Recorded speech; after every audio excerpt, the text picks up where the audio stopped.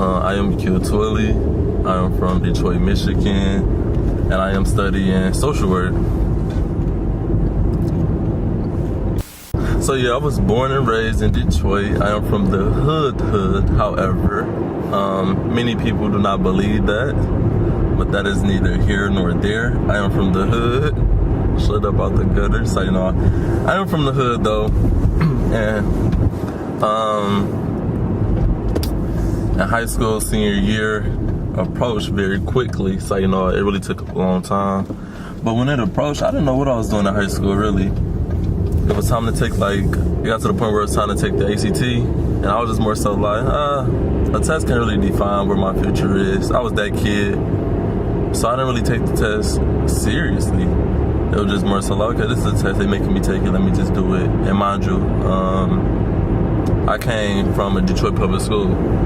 So coming from a Detroit public school, it necessarily wasn't like the best education. You feel me? It was kind of like we had old, outdated textbooks, like books from years ago. So the information that we were studying was so far behind that it showed in our test scores. And not only that, we just wasn't taking it serious. And I went to a school that was dead in the hood. I went to a really good school. Well, it wasn't really good, but it was a good school. And there was an application school. You had to apply to get in, a school of choice, and I got accepted. However, with it being like in the hood, it was so many distractions, from like neighborhood gang members and stuff like that. So it wasn't really like the perfect environment to want education. So yeah, test score came back. I got a 17 on my ACT, which is like average, I guess. And I have friends who got like 30s, and then I have friends who got like 20 something. A lot of my friends had like 17, 18. And a lot of those people who had 17, 18, they decided to retake the test. I was not retaking the test because I knew that standardized test wasn't like for me. And I knew that it couldn't really like tell your level of education really, because not a lot of people take that seriously. And neither did I. And then it got to the point where different schools, like colleges and universities, visited our high school and they was doing on-site admissions. You heard of that? Mm-hmm. They was doing on-site admissions. So I was just signing up for any school that came just to see how many acceptance letters I can get. And sure enough, every school that I interviewed with and the application for, I got accepted. And I was like, wow, like a 17 really got me here. However, yo, the 17 got me into school, but did the 17 give me a scholarship? No. So still at this point, people telling me like, you need to apply for scholarships. And I'm just like, no, this college is not that expensive. I'm not about to apply for no scholarship. I was being lazy, really being lazy. So I didn't apply for any. And then when it got closer to the semester, the very first freshman year semester, I'm like, you get a letter. You get a letter saying like how much you owe. Man, y'all, when I tell y'all, I looked at that bill like, how in the world am I about to pay a $30,000 bill? So I was just sitting here thinking about how I'm about to do it, and me being so anxious to get out of Detroit, I tried to apply for a loan myself. I was going to take out a $30,000 loan for my first year of college because I was just that thirsty to get out of Detroit. You know, something like Smart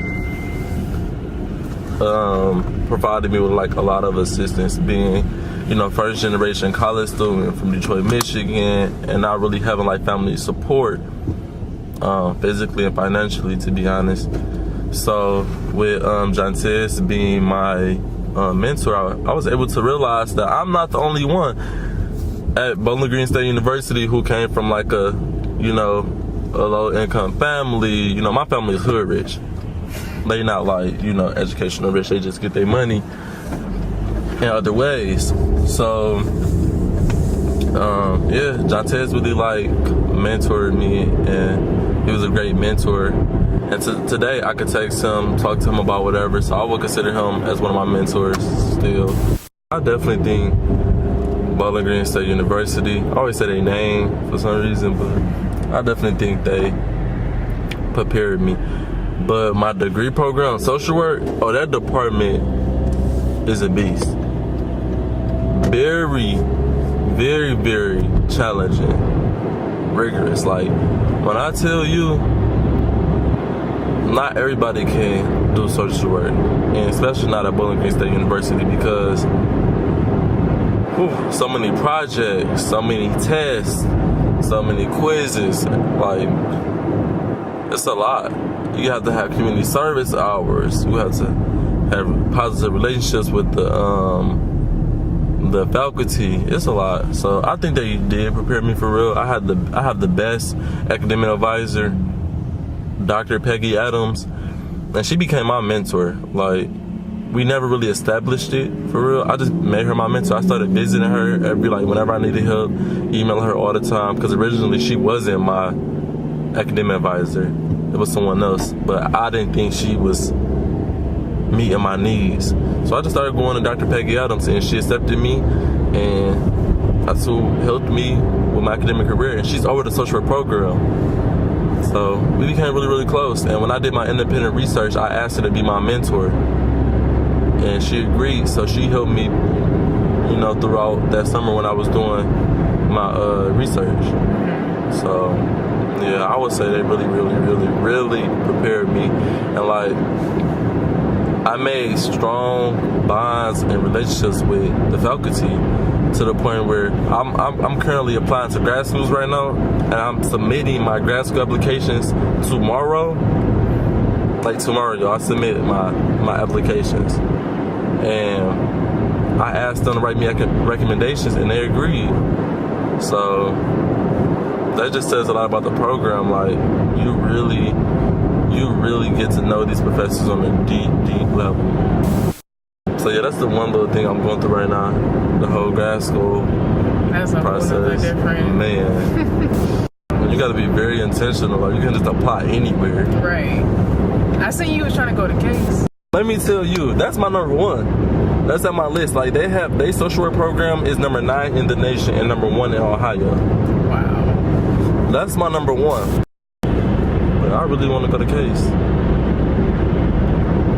But it's expensive. It is. Because it's a private school. Yeah. It's expensive. Apply for them. I'm applying for scholarships this time. You heard what I said in the beginning? Yeah. Yeah, that's not happening this time around. As a future social worker, I feel that it's okay to be down. Like, it's okay to cry. It's okay to be upset. It's okay to feel less than. It's okay, because it's only temporary. Like, you have to go through those to see the end, for real, for real. There's nothing you can do to put yourself in a better mood besides get help. Like, surround yourself by supportive friends and family, even when you don't want to. I know that sounds hard because it was hard for me, but find a support system where you could just go around them. They understand what you're going through.